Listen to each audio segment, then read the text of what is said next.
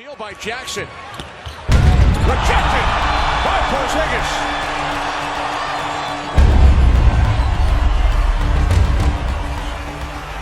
Here's Porzingis on the feed from Jack.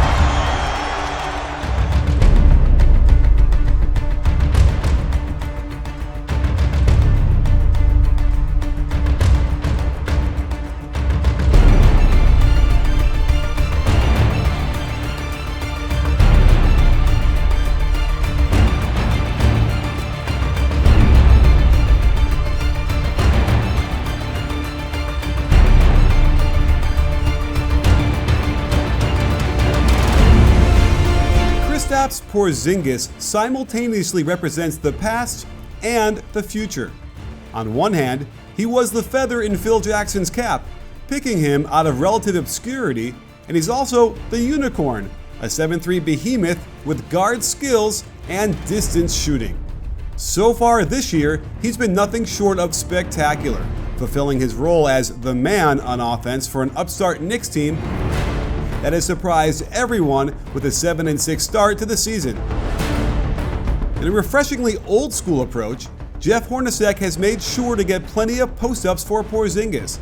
He has been feasting on the left block, and he loves turning over his right shoulder.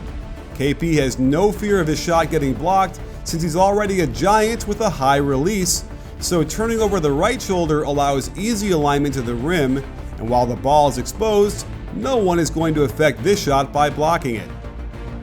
They have a variety of ways to get in position down low, with cross screens, rolling out of the pick and roll, or just sprinting into the block in transition. Of course, the pick and roll is a huge part of how he gets his shots, but he's not that interested in contact with the defender, preferring to slip the pick in order to get a step on his man on his way to the low block for a post-up. But his game is so varied, he'll slip to get the quick pocket pass for a mid-range shot over the defender as well. And he'll even slip it to find space on the perimeter for his elite outside shooting. It's the same action when he makes contact that gets him a lot of three-point shots, as he picks and pops 36% of the pick and rolls, always for threes and with great results. Primarily because if a center is guarding him, he won't get there in time, and if the team puts a smaller defender out there, Porzingis isn't bothered much at all since he's so damn tall. I would certainly like to see him roll to the basket a little bit more after making good contact on the ball handler's man. This puts tremendous pressure on the defense from all over the court, as well as gets them in foul trouble when they have no choice but to hack him on his way to the basket. His ball screens in general have already shown to create some havoc with the defense, scrambling them and allowing shooters to find space from beyond the arc for triples. His isolation plays tend to be post-ups that turn into slow-developing face-ups, and this allows him to put the ball on the floor and exhibit some good moves that also show you how he's simply unafraid of getting his shot blocked. He can also get out on the perimeter and use his good ball handling skills to get him going to the basket. Even against smaller defenders, he's able to keep control of the dribble till he gets close enough to rise up for a clear view of the rim. And it wouldn't be hard to imagine him becoming the go-to closer at the end of quarters, dribbling out top and creating something before the buzzer sounds. To emphasize how he plays like a guard in the Knicks offense, the Knicks like to run him off weak side screens, and Tim Hardaway Jr. has found a little chemistry with this play, allowing him to get to the middle of the floor for open shots. And I like how they line him up to be a screener, only to quickly cut him off a pin down to catch the defense a step behind, or run him out of flex action to get huge openings where he can gallop to the rim.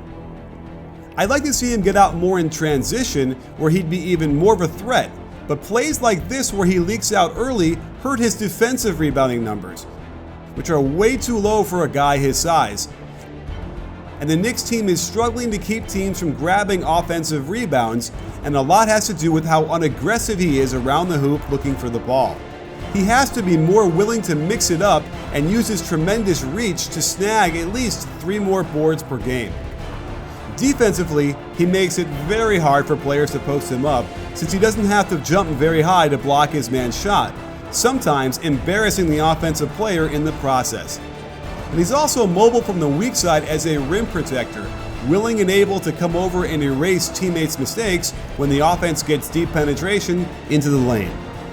LeBron showed him a thing or two last night in their moral victory over the Cavs, and he clearly needs to continue developing his strength and individual moves to handle the elite of the elite players. But he's completely emerged from the long shadow of Carmelo Anthony, entering into the light as a fully formed unicorn, able to slay dragons with his 7'3" frame. And while it might not lead his team to the playoffs this year, the seeds that Phil Jackson planted a few years ago are growing stronger by the day. And we should see this once proud franchise return some much needed glory to the fans and Madison Square Garden.